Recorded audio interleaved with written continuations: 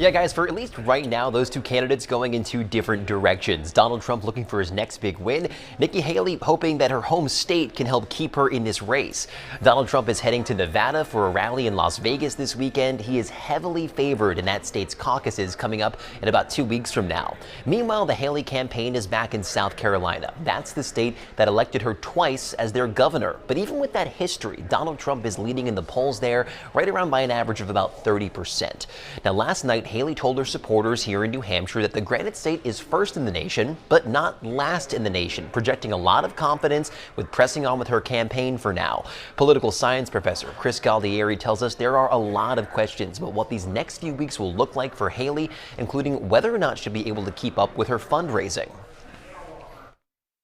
Running for president is a really expensive proposition. It can be very difficult to get donors to keep writing checks to your campaign after you are 0 for 2 in the first two contests and banking everything on another state where you are trailing by a lot.